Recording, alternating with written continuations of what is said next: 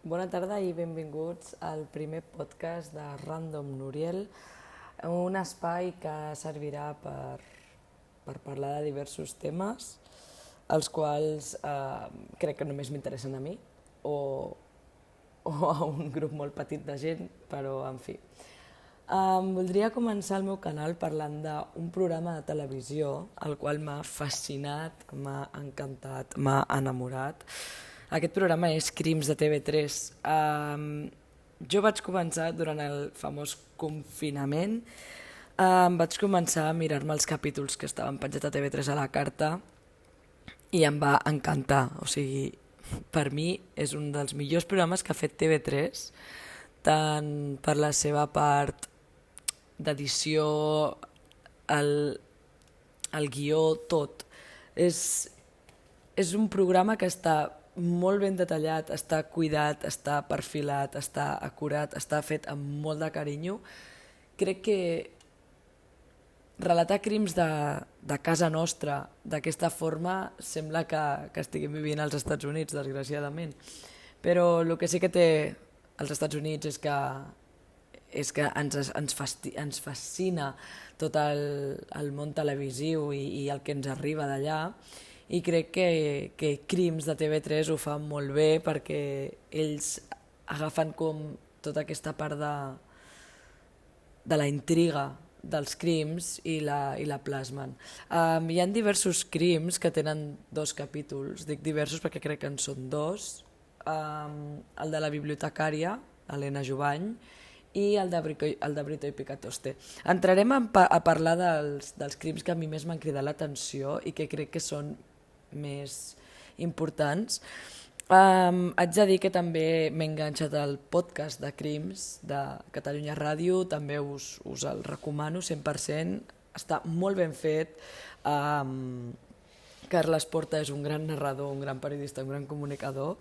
A mi m'agrada molt, a mi m'ha robat el cor i jo crec que és algo bastant important que està fent TV3 i jo crec que ni ells mateixos s'han donat compte, no? Però comencem a parlar del tema dels crims que per mi han sigut més importants, els que han estat més ben relatats, els que m'han robat nits o hores de son pensant en aquests crims. Jo tinc alguna connexió amb el tema crims, m'agrada molt. Desgraciadament, òbviament, no m'agrada que la gent mori o pateixi, però crec que és un gran tema a estudiar, un gran tema que hi ha gent que li fa por, hi ha gent que li crea intriga, està com el món dividit en 2 parts. I per mi és algo que és molt important d'entendre per què passa, i és una cosa que busca també el programa de TV3 amb l'últim capítol que van fer de Per què matem, no? Per què un assassí es planteja matar algú. Dintre dels capítols, que en són 7, són 7 crims, diria, o 5 crims en 7 capítols, ara mateix no ho sé. Cadascun dels assassins mata d'una forma diferent i té uns... Òbviament no tots els crims són basats en assassinats, però la majoria sí, i cada assassí busca una forma diferent de matar, un mòbil diferent, etc. Per mi, el de més rellevància ha sigut el de la bibliotecària, el de l'Helena Jubany. Aquest crim a mi em va despertar molta curiositat. Inclús vaig escriure alguna carta al diari Avui parlant del tema. Crec que és un crim molt important i gràcies a Déu s'ha reobert. Vaig estar seguint el seu germà, Joan Jubany, al Twitter, per seguir el fil del crim, no? Perquè encara no està resolt, és un crim que no s'ha resolt, és un crim on no hi ha ningú a la presó pagant per la pena, no s'ha fet justícia, inclús ni s'ha resolt, ningú sap per què va passar, saben què va passar però no saben el per què, ni qui, ni com, res. Per mi és molt important que crims així arribin lluny, no? Que la gent se n'adoni que no pot ser que hi hagi altra gent que és culpable són culpables i estan com sols, no? Em refereixo, estan lliures en aquest món, podent ferir a altres persones. És molt important poder resoldre, poder fer que la família pugui tenir un dol tranquil i que finalment la persona que ha comès el crim pagui pel que ha fet. No? Jo ja no crec que per la família, o així ho han manifestat, sigui tan important que el criminal pagui pel crim, sinó és més important el fet de fer justícia, el fet de saber la veritat. Fer justícia en el sentit de volem saber què li va passar a l'Helena, volem saber per què li van fer tot allò a l'Helena. Crec que és un dels capítols que més em va afectar emocionalment. Vaig empatitzar molt amb la família, amb la jove, si em passés a mi. Jo m'he vist en alguna circumstància de dir vaig a algun lloc a començar de nou i voler fer amics i ser sociable i trobar-te en un d'aquests problemes és molt greu. També vull dir que gràcies a crims he pogut conèixer aquests altres crims de casa nostra que jo no coneixia ni sabia que existien, i per mi doncs, ha estat una troballa molt important. Un altre crim que a mi em va despertar també emocions va ser el del zelador d'Olot, aquest home que cuidava les iaies, que estava per elles, que semblava un amor d'home, que només volia cuidar-les i que tinguessin un final de vida feliç.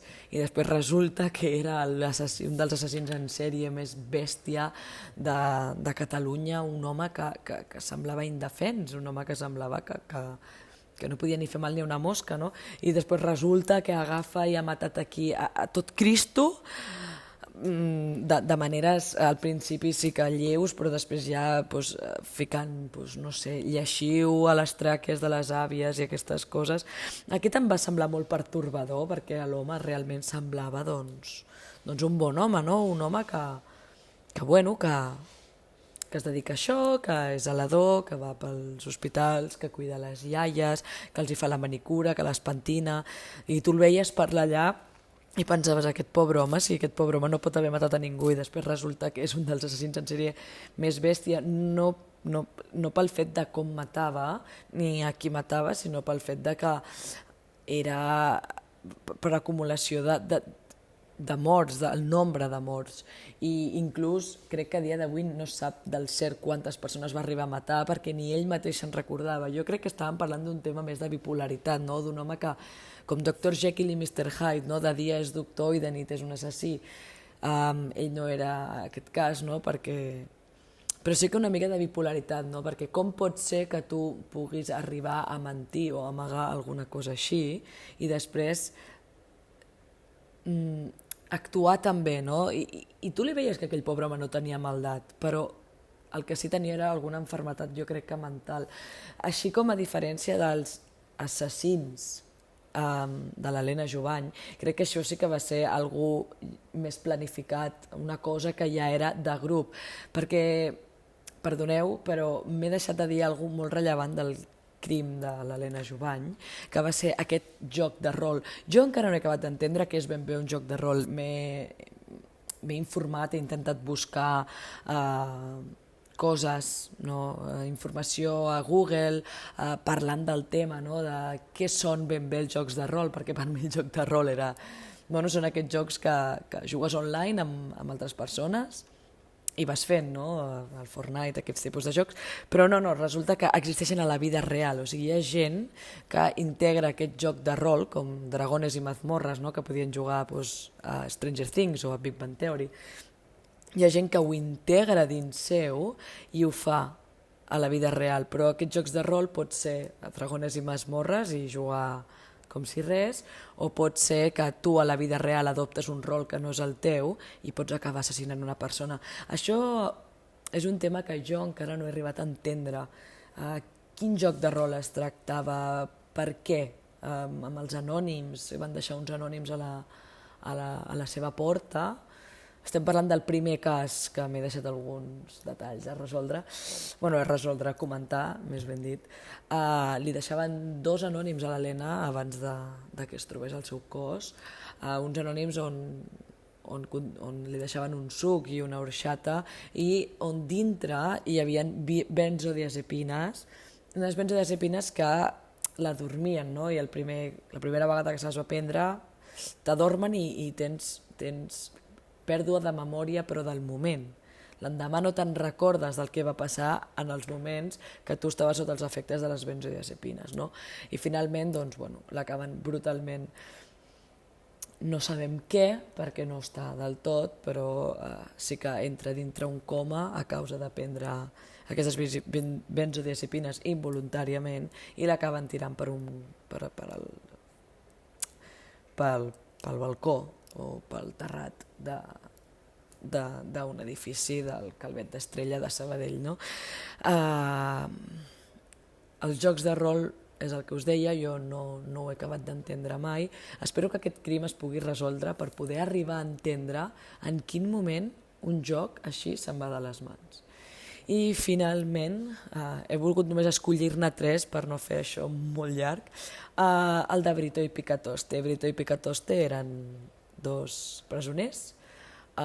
No recordo ben bé quina presó era, però sí que estava a Lleida. I bueno, aquests presoners, un més intel·ligent que l'altre, munta un pla de sortida de la presó, mentre que un està fora amb un permís, l'altre s'escapa disparant als policies en una sortida cap al metge, cap a l'hospital que ell reclama perquè s'ha autolesionat. No? I bueno, aquest capítol de crims té 2 capítols, és a dir, són 2 episodis. La tensió que es viu veient aquests episodis és monumental. O sigui, hi ha per fer una sèrie, una pel·lícula, un remake i una saga sencera, perquè és impressionant. Per mi em va recordar a La Casa de Papel. A mi em va recordar aquells moments de dir aquí sembla que inclús sigui ficció, no? Que com pot ser que 2 presidiaris puguin arribar a maquinar aquesta sortida i passar per davant de tothom, lesionant a un policia a la porta d'un hospital, a un deixant-lo en cadira de rodes. Bueno, brutal. Pel camí s'hi van trobant diversos impediments i finalment la policia els acaba enxampant. Diria que al cap de 2 setmanes o així. Ells van des de Lleida i arriben caminant, creiem, fins a Collserola, amb ajuda de cotxe en algun moment, però majoritàriament camp a través. Per mi això va ser brutal. Ja us dic, em va recordar doncs, a un capítol de La Casa de Papel bastant heavy. A mi em va impactar moltíssim.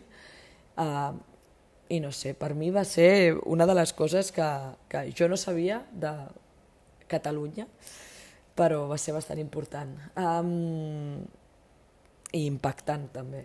També voldria recordar el capítol de Dieguito el Malo, que aquest ja no està al programa de TV3, però sí que està al podcast de Catalunya Ràdio de Carles Porta, ell és el director. Em sembla, crec que són 6 capítols, són fantàstics, complets, aprens un munt de l'època del Vaquilla, del Dieguito el Malo, tots aquests atracaments que ells duien a terme, aquests crims. La vida d'aquest home és fascinant també, és molt important i jo crec que tothom hauria de conèixer-la a Espanya i a Catalunya, està clar. La vida d'aquesta gent, no? De com s'escapaven de la model, com vivien, com els problemes, no, que van tenir. Això és un bonus track que us ofereixo perquè no està a TV3, però sí que està a Catalunya Ràdio, al podcast, el podeu trobar a Spotify, on sigui. Finalment, doncs res, explicar-vos, jo volia compartir aquests pensaments que tinc, no, sobre aquests crims. Si veig que us agrada, faré una segona part amb els altres crims perquè també hi ha molts que no s'han resolt o s'han quedat oberts o que el seu final és impressionant, és pitjor que una sèrie de ficció. Jo la conclusió que trec de tot això, de veure aquests crims, òbviament hi ha coses, com per exemple el que va passar a les Niñas d'Alcácer, que es va acabar fent una bola més gran de...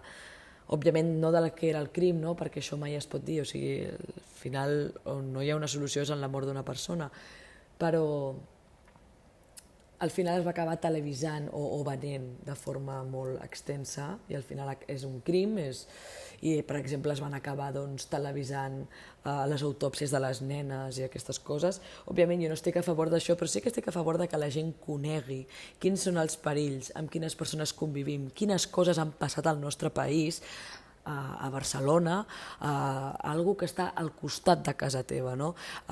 Jo sempre veia el programa de la Sexta, no? Crímenes imperfectos, i pensava, hòstia, allà a Amèrica estan tarats, no? Ara em treuen aquí una escopeta i em maten el veí de davant, però això a Catalunya no passa. No, no passa.